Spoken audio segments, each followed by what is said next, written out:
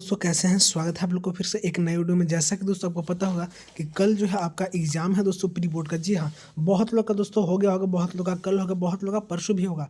क्योंकि दोस्तों यह जो है प्री बोर्ड आपके स्कूल पर डिपेंड करता है, इसलिए दोस्तों यह एग्जाम आगे पीछे भी हो सकता है। लेकिन फिलहाल बहुत लोग का कल एग्जाम है, उसका हम लोग आंसर की जानने वाले हैं दोस्तों। क्लास 11th का आप लोग का जो फिजिक्स है दोस्तों, उसका हम लोग ओरिजिनल आंसर की जानने वाले हैं दोस्तों। इससे बाहर आपके एग्जाम में एक भी प्रश्न नहीं आएंगे। 2000% दोस्तों आपके एग्जाम में यही प्रश्न हूबहू आपके एग्जाम में देखने को मिल जाएंगे। तो क्वेश्चन को आप लोग को सारे क्वेश्चन को अच्छे से देख लेना है और इस वीडियो को बिना स्किप के लास्ट तक बने रहना है। चैनल पर नए होंगे तो सब्सक्राइब करके घंटे के निशान कॉल पर दबा लेना है, ताकि कोई भी वीडियो अपलोड करो दोस्तों सबसे पहले आप तक पहुँच जाए। और मेरे व्हाट्सएप से भी जुड़ जाना है, क्योंकि वहाँ पर इसका PDF मिल जाता है तो किसी भी तरह का। साथ ही साथ बता देना चाहता हूँ दोस्तों कि आप लोग जितना हो सके इसे रट लीजिए, स्क्रीनशॉट ले लीजिए, नोट कर लीजिए, प्रैक्टिस कर लीजिए। क्योंकि आपके एग्जाम में इससे बाहर एक भी प्रश्न हूबहू आने वाले हैं, इससे बाहर एक भी क्वेश्चन नहीं आएंगे। मैं जो बता रहा हूँ दोस्तों, ये 2000 गारंटी के साथ इससे बाहर एक भी प्रश्न नहीं आएंगे। जो दोस्तों हम मेरे मेरे बहुत सारे क्वेश्चन बता रहे हैं, तो आप लोग वीडियो के अंत तक बने रहिएगा। चैनल पर नए होंगे, चैनल को प्लीज़ आप लोग सब्सक्राइब करके घंटे के निशान को दबा लीजिएगा। चलिए फिर हम वीडियो स्टार्ट करते हैं बिना देर किए। और मैं बता देना चाहता हूँ, जितने भी क्लास ऑल क्लास का आंसर किया आपको अपलोड हो गया प्री बोर्ड का, तो आप लोग मेरे चैनल पर जाके विजिट कर सकते हैं। प्रश्न क्या बोलता है दोस्तों, आप लोग अच्छे से देख लीजिएगा। तो प्रश्न आपका बोलता है दोस्तों, किसी तरंग के दोस्तों एक पूर्ण चक्कर को किसी दिए गए बिंदु से गुजरने के लगने वाले समय को क्या कहा जाता है। ऑप्शन ए में है दोस्तों तरंग दैर्घ्य, आयाम, आवृत्ति या अवधि। तो दोस्तों इसका जो है सही जवाब आपका ऑप्शन नंबर डी आएगा। डी फोर होता है दोस्तों देवसेना, यानी कि अवधि जो है दोस्तों इसका सही जवाब आ जाएगा। चलिए हम लोग इसके साथ अगला प्रश्न को देख लेते हैं क्या बोलता है। अगला प्रश्न बोलता है दोस्तों, किसी तरंग में, किसमें दोस्तों, तो बोलता है किसी तरंग में किसी कण का दोस्तों उसकी मध्यता स्थिति की अधिकतम विस्थापन क्या कहलाता है। तरंग दैर्घ्य, आयाम, आवृत्ति या तो अवधि दोस्तों। तो इसमें जो है आपका सही जवाब मैंने तो बता दिया दोस्तों। इसका तो आंसर मैंने आपको बता ही दिया कि इसका जो है आंसर आपका आ जाएगा, कैसे आ जाएगा, तो आपका दोस्तों ऑप्शन नंबर बी आ जाएगा, यानी कि दोस्तों आयाम आ जाएगा। क्या दोस्तों, आयाम। चलिए हम लोग आगे प्रश्न देखते हैं। क्या बोलता है दोस्तों, बोलता है कौन सा तरंग दोस्तों गुण ध्वनि तरंग के दोस्तों पिच यानी कि तरह तो दोस्तों निर्धारित करता है। आपका ऑप्शन ए में है तरंग दैर्घ्य, आयाम, आवृत्ति और अवधि। इस तरह से आप देखेंगे दोस्तों कि सेम ही ऑप्शन लग रहा है, लेकिन दोस्तों आपका क्वेश्चन अलग है। तो इसका सही जवाब आपका ऑप्शन नंबर सी दोस्तों, यानी कि आवृत्ति जो है सही जवाब आ जाएगा। अगला प्रश्न क्या बोल रहा है आप लोग ध्यान दीजिएगा। प्रश्न बोल रहा है दोस्तों, निम्नलिखित में से कौन सी तरंग दोस्तों निर्वात से होकर गमन कर सकती है। ध्वनि तरंग, पानी की तरंगे दोस्तों, प्रकाश तरंगे, भूकंप तरंगे। तो इसका सही जवाब दोस्तों आपका ऑप्शन नंबर सी आएगा। सी फॉर करोना प्यार, यानी कि दोस्तों प्रकाश तरंगे जो है इसका सही जवाब आ जाएगा। अगला प्रश्न क्या बोलता है, तो आप लोग अच्छे से देख लीजिएगा दोस्तों। क्या बोल रहा है आपका ऑप्शन, बोल रहा है दोस्तों, क्वेश्चन बोल रहा है किसी तरंग की गति खालिस्तान के गुणनफल से निर्धारित होती है। किससे, आवृत्ति और आयाम से, तरंग दैर्घ्य और आवृत्ति से, आयाम और अवधि से, तरंग दैर्घ्य और आयाम से। तो इसका सही जवाब दोस्तों आपका ऑप्शन नंबर बी आता है। बी फोर होता है दोस्तों बाहुबली। चलिए हम लोग अगला प्रश्न को देख लेते हैं। तरंग दैर्घ्य और आवृत्ति इसका सही जवाब हो जाए। आगे बोलता है दोस्तों, जब दो तरंगें मिलती हैं तो एक दूसरे से शूट करती है, इसे क्या कहते हैं। ऑप्शन ए में है दोस्तों विवर्तन, बी में देखिए अपवर्तन, या रचनात्मक व्यक्तीकरण, या विनाशकारी व्यक्तीकरण। तो इसका सही जवाब दोस्तों आपका ऑप्शन नंबर सी आता है। सी फॉर करुणा प्यार, यानी कि रचनात्मक व्यक्तीकरण सही जवाब आ जाएगा। अगला प्रश्न क्या बोलता है आप लोग ध्यान दीजिएगा। बोलता है बाधाओं के चारों ओर तरंगों से मुड़ने की घटना को क्या कहा जाता है दोस्तों। विवर्तन, अपवर्तन, प्रतिबिंब या विक्षेपण। तो इसका सही जवाब दोस्तों आपका आ जाता है ऑप्शन नंबर ए दोस्तों। ए फॉर दोस्तों आन हवेली पे विवर्तन। और बता देना चाहता हूँ दोस्तों, बहुत सारे स्कूल में सिर्फ ऑब्जेक्टिव हो रहा है, तो मैं ऑब्जेक्टिव बना रहा हूँ। अगर आपको सब्जेक्टिव चाहिए दोस्तों, तो कमेंट में आप लोग सब्जेक्टिव लिख दीजिएगा, मैं उसका भी लेकर आ जाऊँगा प्रश्न, जो कि सीधे आपके एग्जाम में हूबहू पूछे जाएंगे। अगला प्रश्न क्या बोलता है ध्यान दीजिएगा। बोलता है दोस्तों, जब दो तरंगे एक माध्यम से दूसरे माध्यम में जाती है दोस्तों, तो उसकी दिशा में परिवर्तन क्या कहलाते हैं। विवर्तन, अपवर्तन, प्रतिबिंब या विक्षेपण। तो इसका सही जवाब दोस्तों ऑप्शन नंबर बी आ जाएगा। डी फॉर बाहुबली, यानी दोस्तों अपवर्तन सही जवाब आ जाएगा। अगला प्रश्न क्या बोलता है आप लोग ध्यान दीजिएगा। जैसे बोलता है निम्नलिखित में से कौन से तरंगे अनुप्रस्थ और अनुदैर्घ्य विशेषताओं को प्रदर्शित करती है। विद्युत चुम्बकीय तरंग, ध्वनि तरंग, पानी की तरंगे, प्रकाश तरंगे। तो इसका सही जवाब दोस्तों ऑप्शन नंबर सी फॉर करुणा प्यार, पानी की तरंगे जवाब आ जाएगा। अगला प्रश्न क्या बोलता है ध्यान दीजिएगा। बोलता है आवृत्ति की ऐसा इकाई क्या है दोस्तों। हर्ट्ज, जूल, वाट या पास्कल। तो दोस्तों इसका सही जवाब आपका ऑप्शन नंबर ए आता है दोस्तों, यानी कि हर्ट्ज जो है सही जवाब आ जाएगा। अगला प्रश्न बोलता है दोस्तों, 50 हर्ट्ज की आवृत्ति और 2 मीटर तरंग दैर्घ्य वाली एक डोरी पर दोस्तों तरंग की जाती है। ऑप्शन ए 25 मीटर पर सेकेंड या 100 मीटर पर सेकेंड या 150 मीटर पर सेकेंड या 200 मीटर पर सेकेंड। तो इसका सही जवाब ऑप्शन नंबर बी आता है, बी फॉर बाहुबली, यानी कि 100 मीटर पर सेकेंड इसका जवाब आ जाएगा। अगला प्रश्न क्या बोलता है, ध्यान दीजिएगा। बोलता है दोस्तों, यदि किसी तरंग की तरंग दैर्ध्य दोस्तों नियत रहे और उसकी, आगे देखिएगा क्या है, और उसकी दोस्तों आवृत्ति दोगुना हो जाए तो तरंग की गति दोस्तों पर क्या क्या जो है प्रभाव पड़ेगा। तो आपका यहाँ पे ऑप्शन दिया गया है, देख सकते हैं। ऑप्शन ए में है गति आधी हो जाएगी, गति वही रहेगी, या गति दोगुनी हो जाएगी, या गति चौगुनी हो जाएगी। तो इसका सही जवाब दोस्तों ऑप्शन नंबर सी हो जाएगा, सी फॉर दोस्तों कर्ण प्यार, यानी कि गति दोगुनी हो जाएगी। क्या दोस्तों, गति दोगुनी हो जाएगी। और मैं बता देना चाहता हूँ, इससे बाहर आपका एक भी प्रश्न नहीं आएगा आपका दोस्तों। हाँ, 200% इससे बाहर भी प्रश्न नहीं आएगा, सारे प्रश्न आपका यही आने वाले हैं। तो अच्छे से देख लीजिए, रट लीजिए, इसका याद कर लीजिए। प्रश्न बोलता है दोस्तों, एक तरंग 25 सेकंड में 300 मीटर की दूरी तय करती है, तो इसकी चाल क्या होगी। अच्छे से देखिएगा। ऑप्शन ए में 20 मीटर पर सेकेंड, बी में 30 मीटर पर सेकेंड, सी में 40 मीटर पर सेकेंड, डी में 50 मीटर पर सेकेंड। तो इसका जवाब आएगा ऑप्शन नंबर बी दोस्तों, यानी कि 30 मीटर पर सेकेंड आ जाएगा। अगला क्या बोलता है, ध्यान दीजिएगा। बोलता है दोस्तों, निम्नलिखित में से कौन सा कारक दोस्तों हवा में ध्वनि तरंग की चाल को प्रभावित करता है। ऑप्शन ए में है दोस्तों तरंग का आयाम, तरंग की आवृत्ति, हवा का तापमान या तरंग की लंबाई।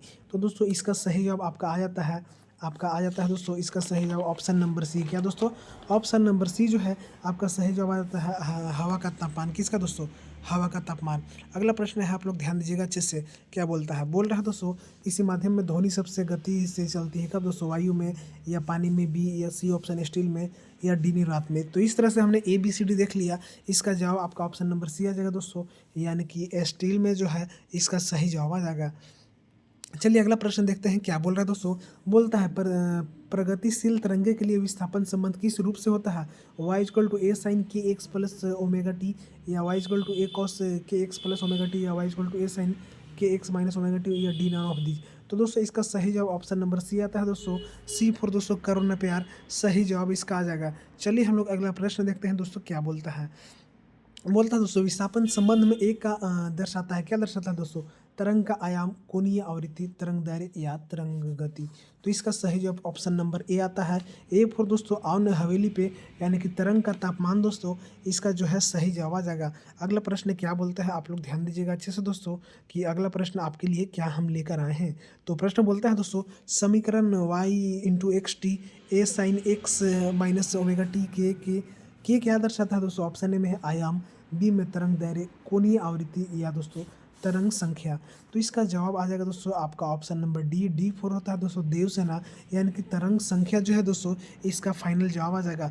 अगला दोस्तों, निम्नलिखित में से कौन सा तरंग की तरंग दैर्घ्य दोस्तों को दर्शाता है। ऑप्शन ए में 2πa, या k/2π, या k/ओमेगा, या 1/ओमेगा। तो दोस्तों इसका सही जवाब आपका ऑप्शन नंबर दोस्तों आ जाता है बी दोस्तों, बी फॉर होता है बाहुबली, यानी कि k/2π आ जाएगा। अगला प्रश्न क्या बोलता है, ध्यान दीजिएगा। बोलता है दोस्तों, SI प्रणाली में कोणीय आवृत्ति यानी कि ओमेगा की इकाई क्या होता है दोस्तों। कोणीय आवृत्ति को हम लोग ओमेगा से डिनोट करते हैं। ऑप्शन ए में हर्ट्ज, बी में रेडियन पर सेकेंड, या सी में मीटर पर सेकेंड, या डी में दोस्तों जूल। तो इसका सही जवाब आपका आ जाता है ऑप्शन नंबर बी दोस्तों, बी फॉर होता है बाहुबली, यानी कि रेडियन पर सेकेंड इसका जवाब आ जाएगा। अगला प्रश्न क्या बोलता है, आप लोग ध्यान दीजिएगा। बोलता है दोस्तों, यदि किसी तरंग की कोणीय आवृत्ति ओमेगा दोस्तों बढ़ जाती है, तो तरंग की अवधि टी क्या होगी दोस्तों। ऑप्शन ए में टी बढ़ता है, या टी घटती है दोस्तों, या टी जो है अपरिवर्तित रहता है, या दोस्तों टी अनंत हो जाता है। तो इसका सही जवाब दोस्तों ऑप्शन नंबर बी होगा, बी फॉर बाहुबली, यानी कि दोस्तों टी जो है घट जाती है। क्या होती है दोस्तों, तो टी जो है घट जाती है। अगला प्रश्न देखिएगा क्या बोलता है। बोलता है दोस्तों, विस्थापन संबंध समीकरण में निम्न में से कौन सा दोस्तों कारक तरंग की चाल भी निर्धारित करता है। ऑप्शन ए में आयाम, बी में दोस्तों तरंग दैर्घ्य, सी में दोस्तों कोणीय आवृत्ति, डी में इनमें से कोई नहीं। तो इसका सही जवाब दोस्तों आपका ऑप्शन नंबर सी आ जाएगा, यानी कि कोणीय आवृत्ति इसका सही जवाब आ जाएगा। अगला प्रश्न क्या बोलता है, ध्यान दीजिएगा। बोलता है दोस्तों, यदि किसी तरंग का आयाम दोगुना कर दिया जाए, तो यह माध्यम में दोस्तों कणों के अधिकतम विस्थापन जो है, विस्थापन को कैसे, चलिए आगे देखते हैं, विस्थापन को कैसे प्रभावित करता है। आपके सामने 4 ऑप्शन दिया हुआ है, देख सकते हैं। एग्जाम में भी आपका यही प्रश्न 4 ऑप्शन यही दिया रहेगा। अधिकतम विस्थापन आधा हो जाएगा, या अधिकतम विस्थापन चौगुना हो जाएगा, या अधिकतम विस्थापन दुगुना हो जाएगा, या अधिकतम विस्थापन अपरिवर्तित हो जाएगा। तो इसका सही जवाब दोस्तों आपका जाता है ऑप्शन नंबर सी दोस्तों, सी फॉर करुणा प्यार, यानी कि अधिकतम विस्थापन दोगुना हो जाएगा। चलिए दोस्तों हम लोग इसी के साथ आगे बढ़ते हैं। अगर आपने अभी तक मेरे चैनल से नहीं जुड़े हैं, तो चैनल को सब्सक्राइब करके जुड़ जाइए, और मेरे व्हाट्सएप से भी जुड़ जाइए, वहाँ पे आपको इसका PDF मिल जाएगा। तो अगला प्रश्न बोलता है दोस्तों, क्या बोलता है, कौन सा फलन प्रगतिशील तरंग में एक निश्चित बिंदु पर समय के साथ विस्थापन में भिन्नता का वर्णन नहीं करता है। आपके सामने 4 ऑप्शन दिया गया है, देख सकते हैं दोस्तों।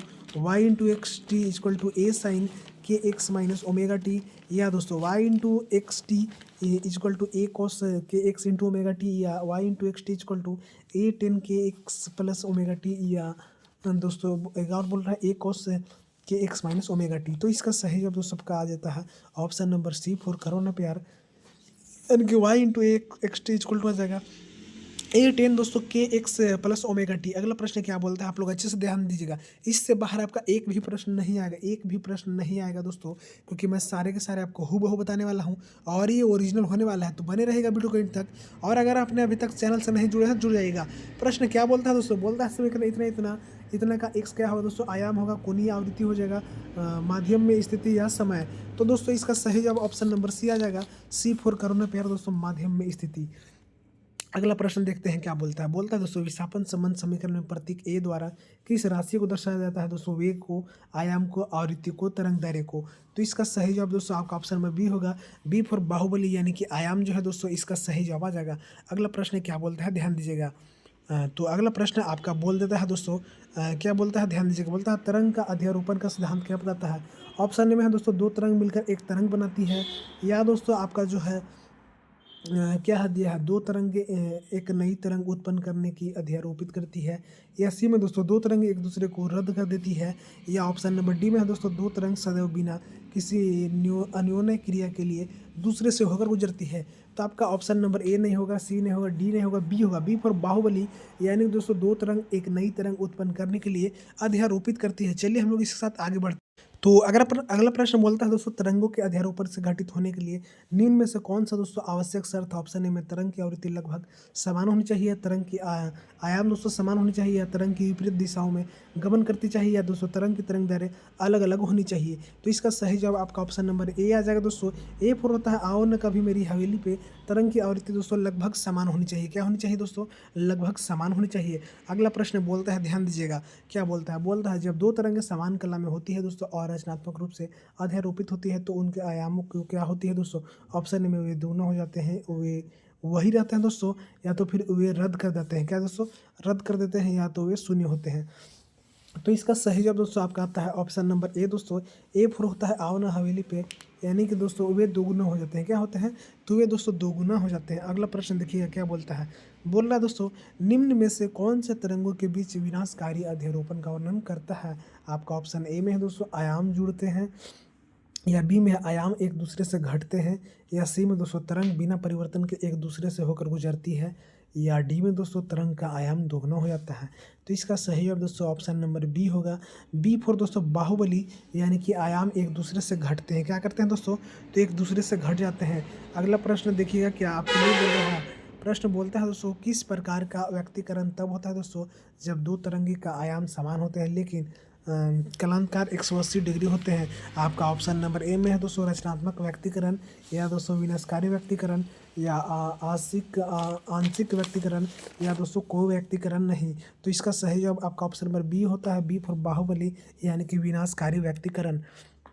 अगला प्रश्न बोलता है दोस्तों, ध्यान दीजिएगा, बोलता है दोस्तों तरंगे का कौन सा गुण यह निर्धारित करता है दोस्तों कि उनका व्यक्तीकरण होगा या नहीं। ऑप्शन में आवृत्ति का, बी में आयाम, सी में तरंग दैर्ध्य, डी में गति।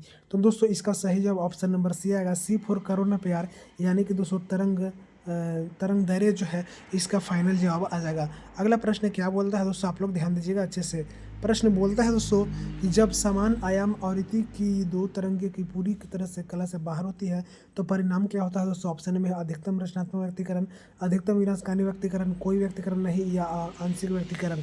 तो दोस्तों इसका जो है आपका सही जवाब आता है ऑप्शन नंबर बी दोस्तों, बी फॉर होता है बाहुबली, यानी कि अधिकतम विनाशकारी व्यक्तीकरण। आपका यहाँ इंग्लिश और हिंदी दोनों में दिया गया है।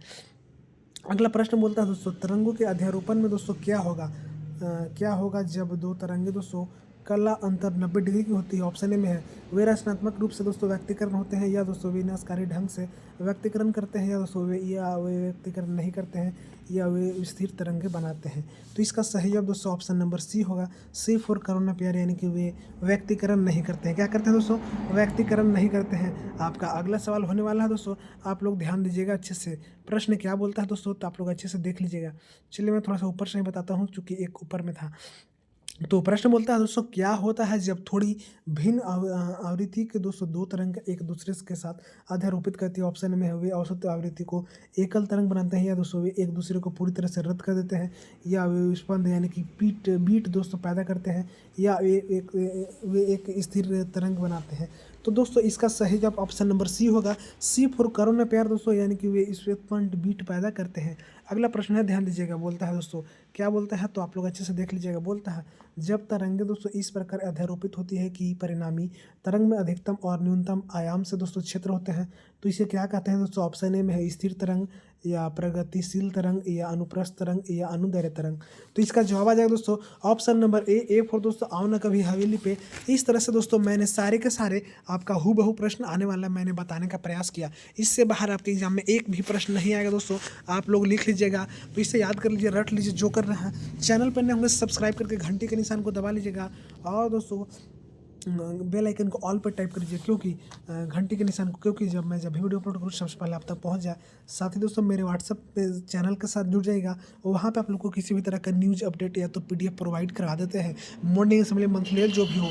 तो मिलते हैं इसके साथ अगले वीडियो में, और आपका ऑल सब्जेक्ट का आंसर की और ऑल क्लास का अपलोड हो गया है, तो आप लोग जाकर देख सकते हैं। तब तक दोस्तों जय हिंद, वंदे मातरम।